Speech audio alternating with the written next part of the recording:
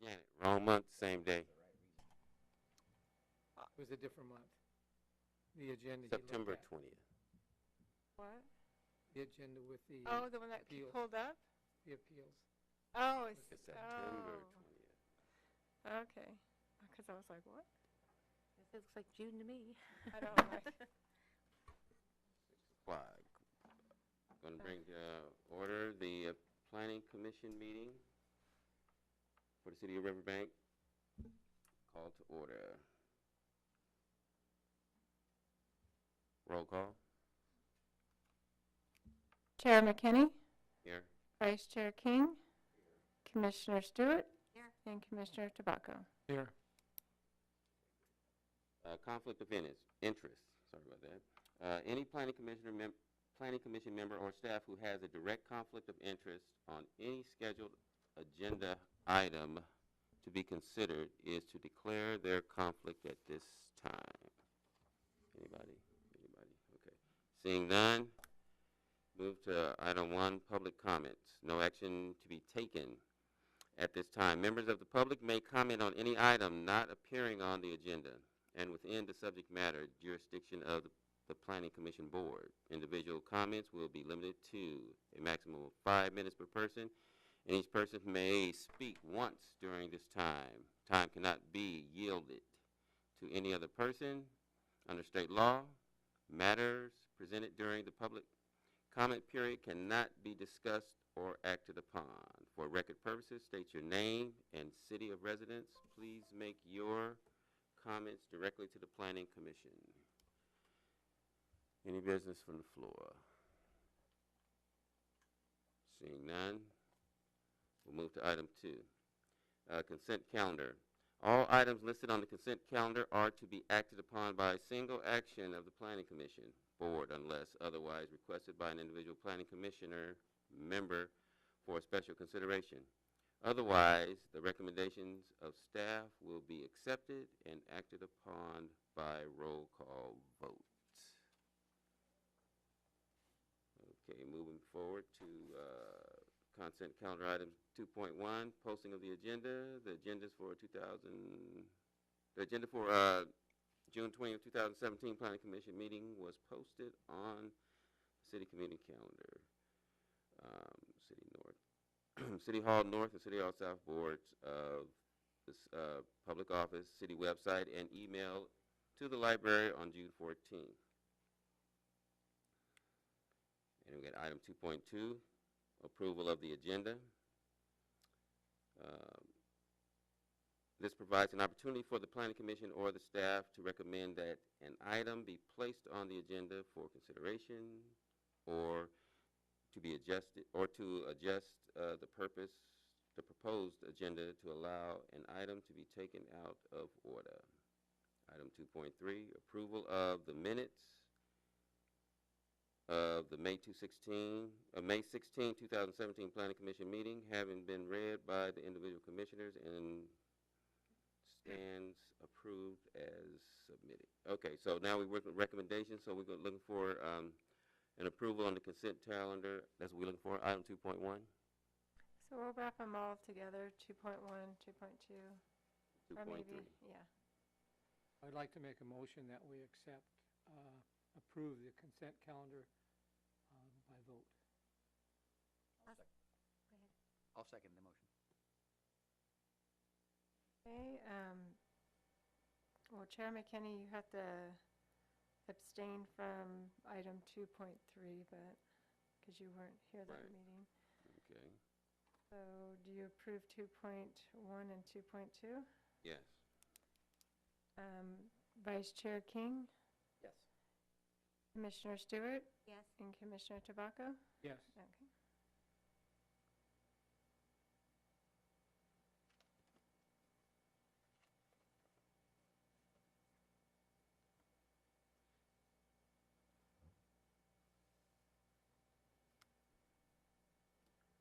Okay. Okay, so now we have the public hearing presentation. We're Me going read to it? turn that over and have staff handle Okay. that part of it. Item 3.1, Tony Zaia and Jason Huckabee, Architecture and Site Plan Review, application number 16-0013, resolution 2017-011. Project description: request for architecture and site plan review of a new 2,500 square foot office building located at 6800 3rd Street, APN 132-009-023, Reed's Garage, Old Site, within the downtown specific plan area. A second similar building is proposed for future construction on the same site. Okay, I'll go ahead and give the PowerPoint presentation. As I just mentioned, it's a request to construct a 2,500 square foot office building shell and a future building in the downtown specific plan area. The project location is at the corner of 3rd Street and Topeka Street. This is the Del Rio Theater site here in parking lot, and then this is where Reed's Garage had been. Here's an aerial view, and interestingly, the Google Earth still shows the Reed's Garage on that site.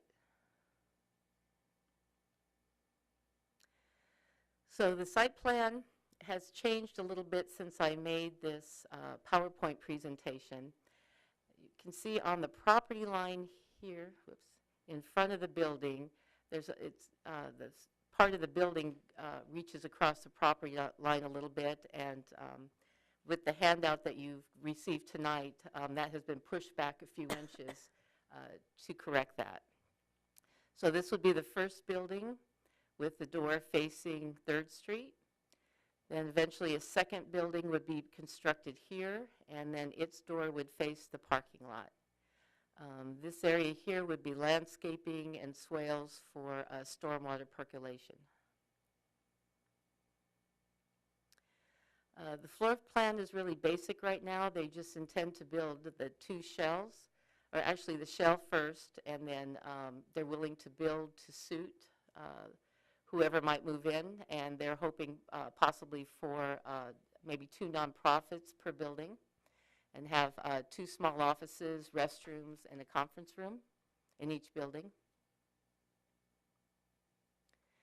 So some of the requirements of the downtown specific plan is that the building be constructed of durable materials and imparting a sense of quality.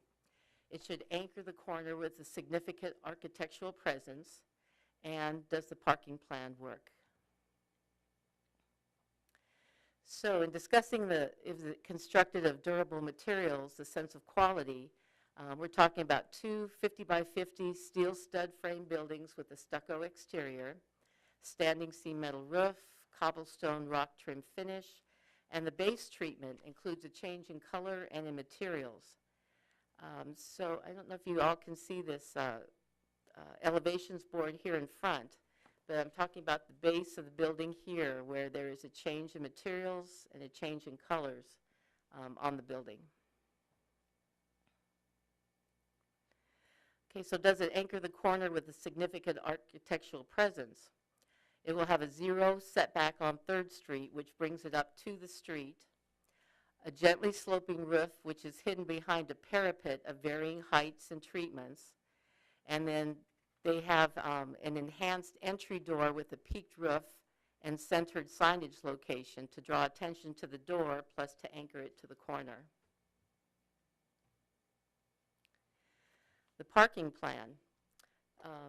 The applicant submitted a parking plan which talks not only about the theater's parking and it's a banquet hall now, but the banquet hall building was reviewed and approved by the Planning Commission earlier this year in January. So this building is office spaces, and each building requires 13 parking spaces. So how the shared parking plan would work is, wrong way there. 26 total parking spaces would be required for the 2 proposed buildings, and there are 68 on-site parking places in the shared parking lot.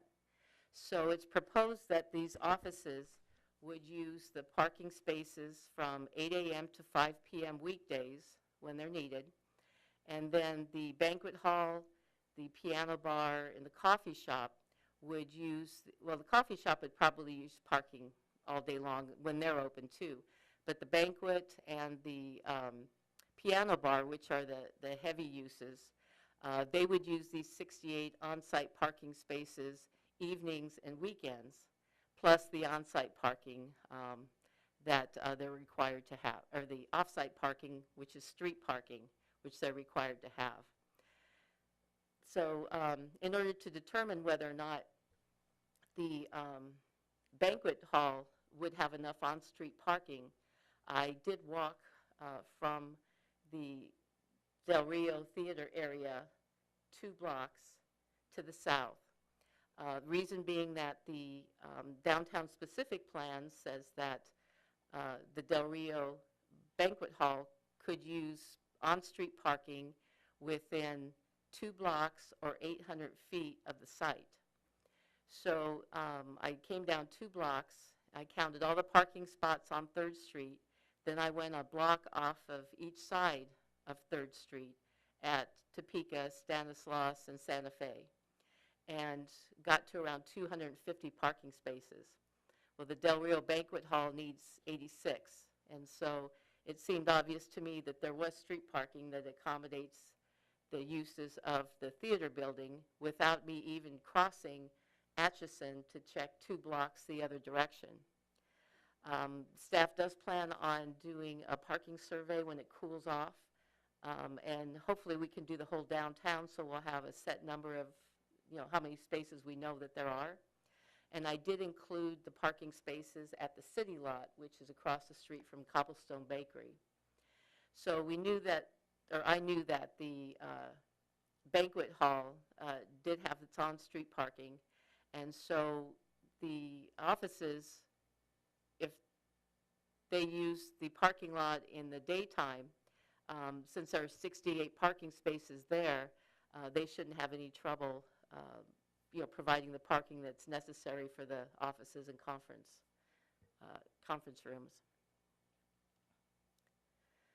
The project is categorically exempt as an infill development project. It was previously developed and paved, and so there is no natural plants or animals that would have been on the site. And so it does qualify, and it's under 5 acres. Utility services are all provided in the street, and so it does qualify as that infill exemption. If anybody has any questions, I'd be happy to answer them, but we also have the project manager in the audience as well, who could help with any questions you might have.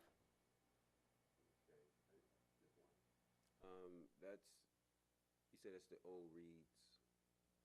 The old Reach Garage site. You have like some type of mineral or soil test? Correct. During the processing of this permit, they did go out and have the soil tested and researched all the documents that talked about contamination, and they did go in and remove the small amount of soil that was found to be contaminated, so the site is now clean. Did they retest after? I'll have to ask the applicant that. One second. You have to approach the podium and go through the little... State your name and... Jason Huckabee, I'm the project manager for this project. We have actually not excavated out the complete soil that we need to. We're going to take a 5 by 15 section, 3 feet down, and then retest. And that'll be completed prior to any work being done out there.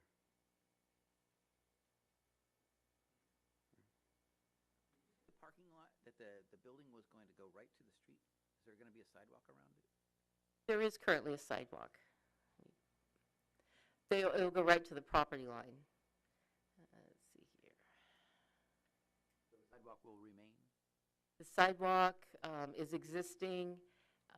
Here we go. So we have existing sidewalk at the corner. We have existing crosswalks and landscaping and trees. And I think there might even be a little trash bin or a bench or something over there as well in this area. I think you see a pretty good picture of it on, I thought that was the street I was looking at right in yeah, here we go. So there is landscaping, curb gutter, sidewalk. It's all been done already, and so they're right at the edge of those improvements. About for ADA, is it ADA accessible? I mean, as far as I didn't hear anything about handicap parking or anything. Yes, let's see here. So there's handicap spots here and a safe path of travel to the door, and they could safe path of travel to this door. Now, the trash enclosure is off-site on the banquet hall side. This doesn't show it, but there will be a safe path of travel to get to the trash enclosure. And the staff is requiring an access agreement, like an easement to the trash enclosure, and then there will also be an agreement for the cross-access of parking as well. Is there a certain number of handicap parking that we're supposed to have for? This will accommodate these buildings, but the Del Rio Banquet Hall actually has additional handicap spaces closer to that structure. This has been reviewed by Public Works. So because the use of the building, I mean, assumably maybe you'll get nonprofit organizations in there, but if that were to change, would that change the number of required parking places? It's possible. If the use were to change to something that required more parking, maybe a small church or something like that, then I would anticipate we would refigure the parking requirements, and if they couldn't be accommodated, then they would be required to pay a parking in lieu fee like the clinic. And Stanislaus Cheese were required to do. You would only need to do that if the use changed, you have to file for a use permit or something like that? No. Staff would just review it at business license time and determine if we need to move forward with something like that. The person who wanted to rent that space would have to pay that parking fee? Correct. So I wasn't sure tonight. On the agenda, it said that we're going to do the one building.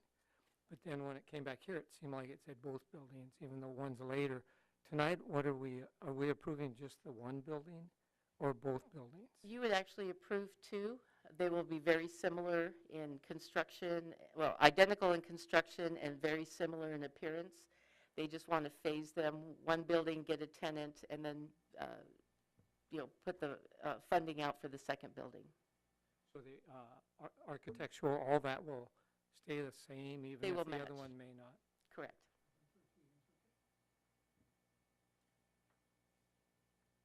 Color scheme. The color scheme, I had it written down. The colors, there's two colors, actually. Let's see here. He has them on the, I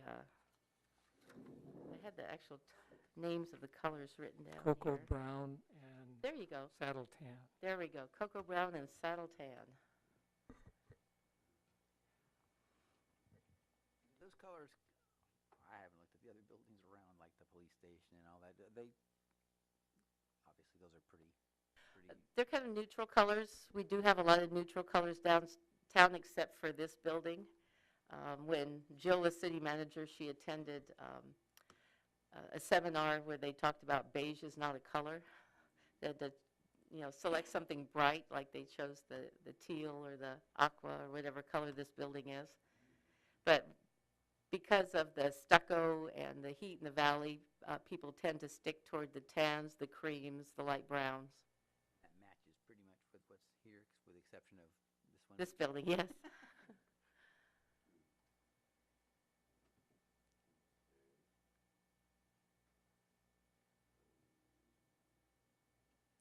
And we could open up to public hearing. There you go. Okay, any other questions from the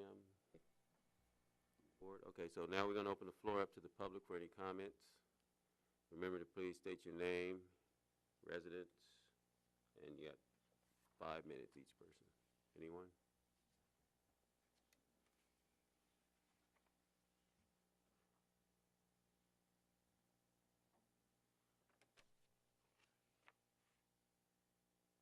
do have some concerns with this, and I didn't come before when you were doing the Del Rio thing because I'm not in the 300 area, so I didn't get noticed. But I am in the area of the 800 feet or 2 blocks that they could use for parking. I didn't get noticed that either, but I did notice that in there. The numbers don't quite seem to match. You've got the 150 for the bar and the cafe and banquet hall stuff. Then you've got the 13 for one building and the 13 for the other. When I added that up, I got 176, and when you take out the 68 that they have, then you need 108 off-street parking spaces. But that's not what this says. That's a lot of parking spaces. Now, when you're looking south, you may have a lot of spaces there, but you have to remember, you also allowed the clinic over here to use off-street parking for their employees and patients. The city hall also uses it for people that are coming in to pay bills and doing business, and you've got city employees. So they're all going to be competing. When you look at Topeka, on the east side, the fire department doesn't have off-street parking. A lot of that is used by those firefighters, and they need to have first choice at it. They shouldn't have to be competing for a parking space so they can go drive the fire truck. The school uses part of it on the second block down. They use part of that when it's in session. When you go west, you got the police department, same thing. They only have off-street parking for their patrol cars. They don't have off-street parking for their private cars. Are they going to have to compete for a parking space too? And the residential areas were promised when you did the specific plan that we wouldn't be impacted by these. Now, I know that you never, when they did the EIR, they never included us. And I know it's the ones that you were here before know that. But we were told multiple times that each project would be looked at separately as far as impacts. That point has never happened because they've all been exempted. Now, my concerns is number one, if you don't have the parking down here because you've got different ones using it, it's going to get pushed back in that 2-block area, and it's going to be the whole residential area down to First Street. And we're not going to have a place to park. And 100 parking spaces is not going to be that easy to find. Even the residential area gets full. The other issue is the traffic. Anybody that's been downtown enough times knows that when you have a lot of traffic, it's hard to get out on Third Street. And instead of waiting at that stop sign, they're going to go down Topeka to First Street and up to the light to get out on 108. We've already got a keep clear sign at the intersection of First and Topeka now so we can get in and out. And a no truck sign to keep the trucks off of there. But if we get 150, when the bar and the banquet hall stuff lets out and those cars are all coming down Topeka through our residential, that is an impact. On the environmental review, it says traffic, noise, air quality. Those are impacts that should have been looked at the residential level, what it's going to do to us. Whether or not you want to pass that, I think you at least need to go back and look at that and look at the impacts of the residential and how many other places around here, fire, police, whatever, are going to be using those same spaces that you're going to allow them to use. Because I really think fire and police should come first. And I think the existing residents that have been here forever should come second. Anyone else? I don't know. Staff, you want to address it? Okay. Well, the project that you're reviewing tonight requires 26 parking spaces, which will be accommodated in the parking lot. As far as City Hall parking or the downtown businesses, we're open in the daytime as well. With this project's parking in that parking lot, it should not impede or impact City Hall or the other businesses at all. Her concern is with the evening and weekend parking of a project that was approved last January. I don't see any impacts from the parking from this particular project that you're looking at tonight.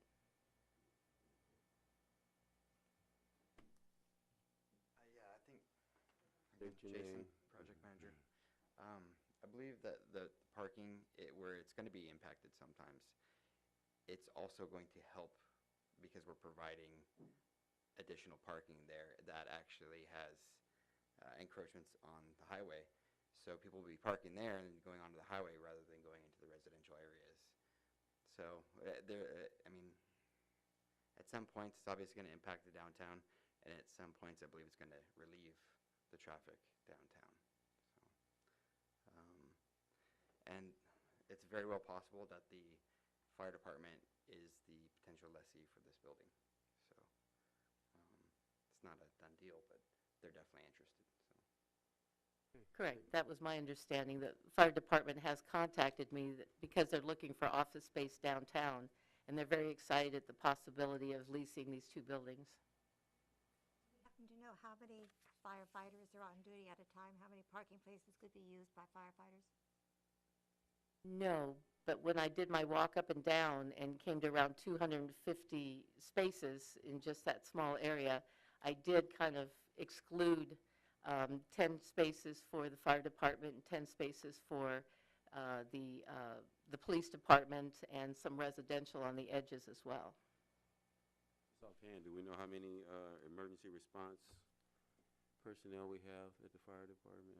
We should. I know we budget for it, so I don't, to be honest.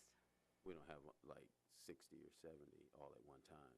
No, I've been down to the fire station twice for meetings, I think at 4 o'clock in the afternoon, and there was, I think, 2 guys working on the truck and 4 people in our meeting. Yeah, because it's pretty much like the police department. We have 20, was it 20-something or 18? But we have like so many that are actually on in service at the time. So I understand her question is noted, but I'm just trying to see that how, because that's a very important question. How many parking spaces would they need? And I guess around 10 was a pretty good estimate. And as I mentioned, we will be doing a parking survey, so as other projects come through, we'll have a bigger handle on what the parking situation is like downtown. But getting back to the fact that this project tonight needs 26 that don't have to park on the street, it's kind of a moot point at this time. Are we making a diligent effort to make sure that these residents get proper notice so that they can they can follow our due process like supposed to have an opportunity to voice their opinions? Because usually I notice what we do, but are we doing that with this particular project as well? Right. These the agendas are all on the city's website. They're posted at the library, City Hall, the post office. They're mailed, within 300 feet. Okay. All right. Okay, hold on for a second. I don't think we ever closed the floor, right? You did not close. Okay, so go ahead and approach the podium, and let's hear your name, resident. My last name is Patel and first name is Dhirendra. I own 3 commercial lots across from the bingo hall. I'm the owner of the property. Mm-hmm. So if you guys have some suggestion for that, she knows about this. So I think in the future, if the police department want to make that in a parking lot or something, it's like 33,000 square feet lot. Oh, it's right where the across from serval bingo was. hall. Oh, okay. Yeah, where I that's my remember you property. from. So Yeah, I was okay. just here I know you first look- time in the meeting to see what's going on. Gotcha. But Great, we appreciate that. yeah, I'm not concerned about selling it right now, or if somebody's interested, I told the bingo people too. Like when we had the bingo, they were using those the church empty lot for the parking for the bingo people across from on my lot. All righty. So that's if somebody wants to buy that. So what you're I saying know that, about that too. so what you're saying, if there was a need for additional parking, parking. either sale or a lease, that you would be interested in being contacted? Yeah, lease or sell the whole property. I'm Mhm. available for that, and you have Thank all you. my information. Great. Outstanding. Great. Okay. Any other comments or anything from the floor? Okay, we're gonna go ahead and close the floor for comment, and I guess move forward. What we got? I have a couple of. I'm sorry. That's all right. What's behind the first building is going to be built? What's in the vacant space right now? It's just dirt right now? It's not Mhm. parking. No. And the 26 parking places that you're talking about that this project would require. They would be located, it would be using these And then there's additional parking in this area which isn't shown on the plans. Where's the Del Rio? Del Rio would be up here. So it's not, and there's a parking lot right beside that. Between the two of them, and then there's a big one on the side. Let's That's see a whole here. different parking lot. Let's go back here. Whoops, sorry, went too far. Okay, so this is where our project is located. Here's the parking lot where they can park the 26 spaces. There's the Del Rio Banquet Hall, and then there's this additional parking lot over here. So the total of these two is 68 spaces. Mhm. Okay, I agree with this as a project because we need to start filling in some of these spaces that we have around the city. But I am concerned about parking. And my concern is, we're talking about the Del Rio. It's a banquet hall.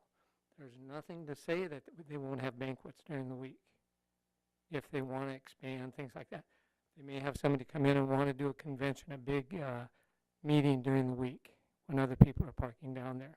The people that are in the new two new buildings, if they're nonprofit, a lot of times their meetings are at night with the people that volunteer for nonprofit. And I mean, so there's always the chance, and we don't really, I don't feel, have a good fit or a good feel for the parking. So I don't want to not vote for this because I think we want to do this. But I would like to recommend that we, sooner than later, do that parking study and decide how we're going to do this, because it could end up that we have to assign parking for the different parts downtown if we start having conflicts. But I'm not sure if we don't really know if we're going to have conflicts or not. So I would recommend we do that soon. And I Yeah. know it's hot outside. My concern with parking would be that Evelyn makes a good point that we can only share the same parking places with so many buildings. So if the city has 20 employees and it just sounds like they're being counted more than one time. For, this guy met his parking by using this, and this guy met his parking by using the same parking, and eventually it could spill over into residential if we don't find a way to not get people to park where those people park. And I don't know if in the residential area, if they were required to have a garage and, I don't know how many cars they have, but maybe that's accommodated by the fact that they have a garage and they can pull into their own lot. And then they don't really need street parking, but I don't know the answer to that question offhand, but it is something to think about. Well, there is something to consider as well, that except for a small office space on the back here, the square footage and the amount of people in this building is not going to increase from when it was active before. And my understanding was that when this was active before, there was parking and there weren't that many issues. At least the people I've spoken with could not come up with, oh yeah, well, every month we had this issue or that issue. And the same with the garage here. The garage actually has a higher parking ratio than the two office buildings would. And I don't know how long that they were in business or when they actually closed, but it seems as though these two buildings were operating just fine with the parking in the downtown, and I don't expect any more parking than what was needed in the past for those two sites. The large lot right behind the old Del Rio, This one? yeah. How many parking places can you actually get in there? I can't tell how it's striped. The total between the two here is 68. No, just on the large one. Is it striped anywhere except for the area on the left? There are some stripes here, and it would be restriped, as part of the upgrades of this whole facility. I want to say that there's 20 some odd in here, but I don't recall off the top of my head. That's only entrance and exit onto the highway, right? Well, there's an alley that comes through here and here, so people can come in through this way, they can come up through this way, and then this alley here that was abandoned would be with the coffee shop, and it would be an exit only and a right only onto the highway here. I was just wondering if there was any way that we could plan that so that all the parking in and out of that large lot could be funneled to the highway to lessen the impact on the residential. Right, all these spaces here can leave through this exit here. And I believe there's 16 or 17 parking spaces right on the street on both sides here that are rarely used right now.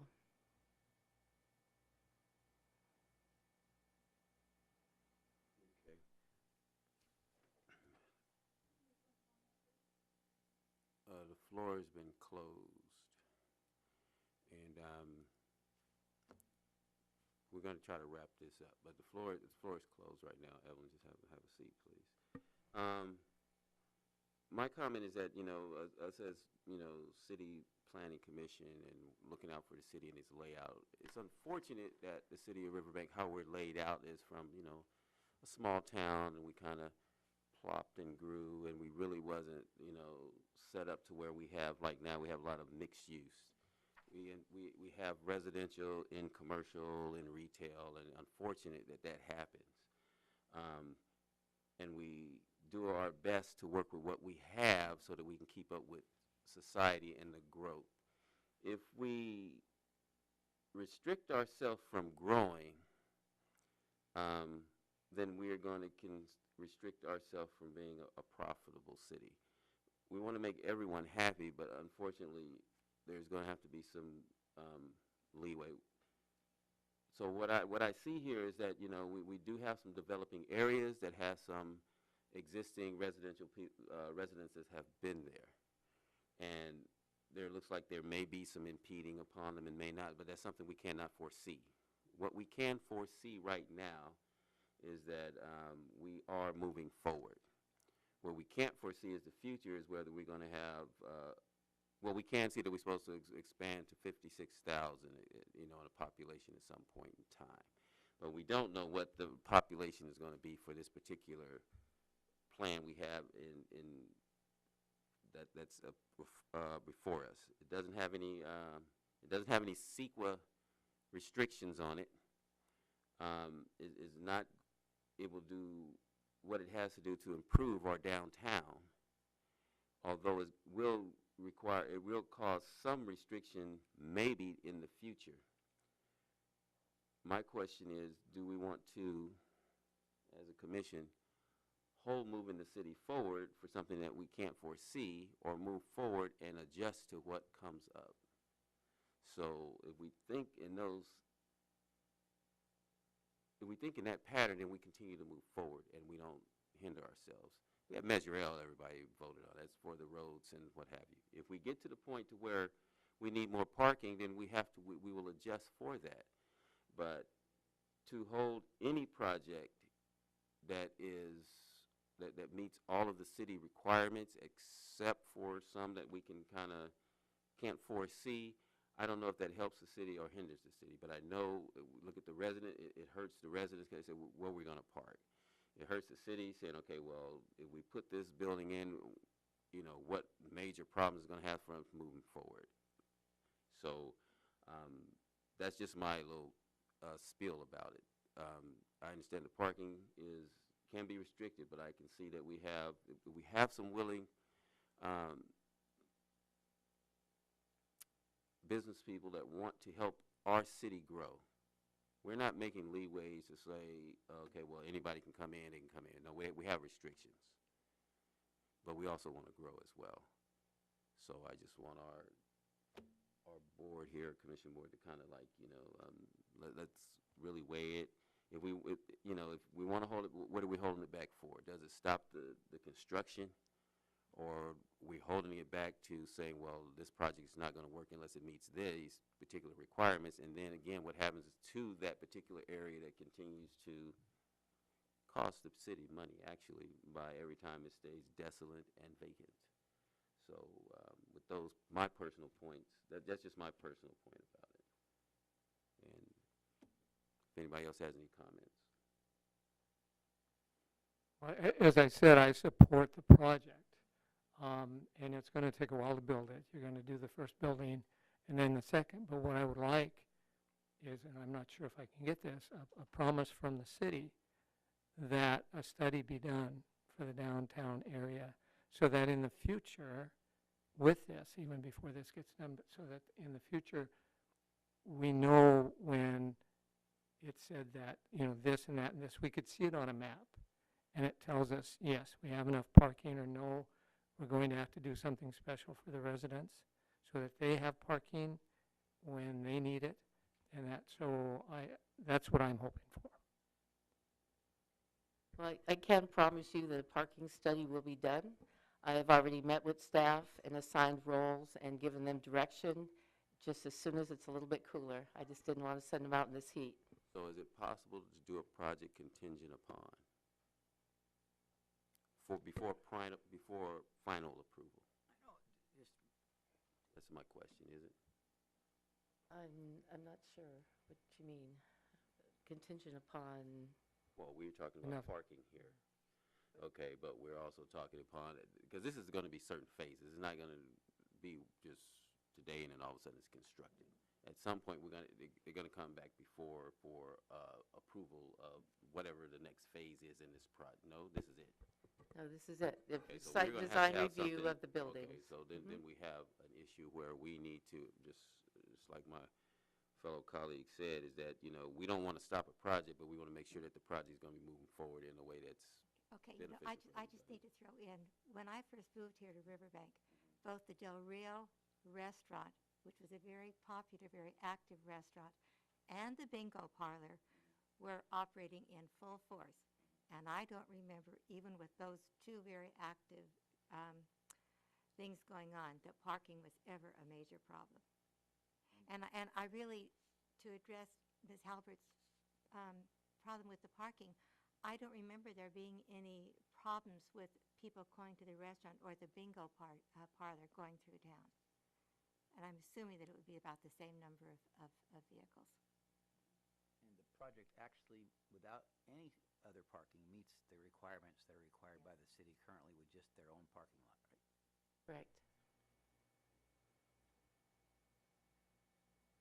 Anything else? So we're open for a vote?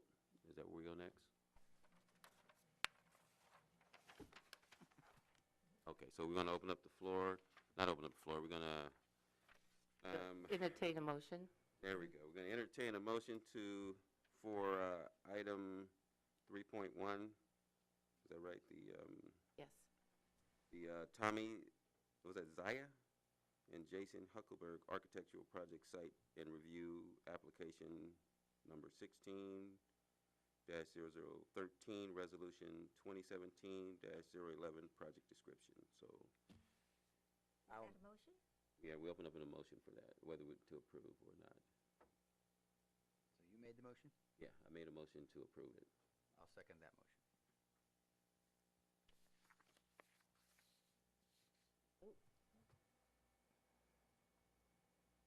Okay, Chair McKinney, Yes.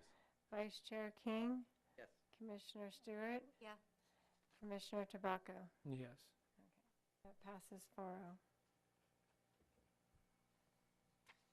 There is a 10-day appeal period, and then after that point, you can come forward and work with us on your building permits,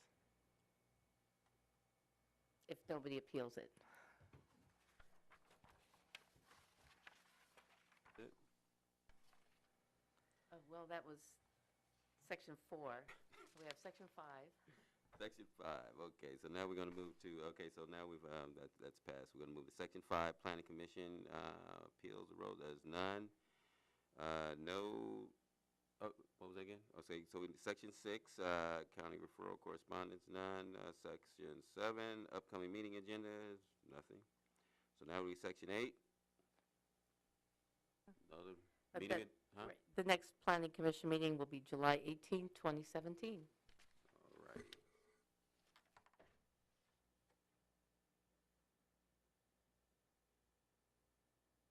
There it is right there. All righty, at 6 p.m. All right, meeting adjourned. Thank you.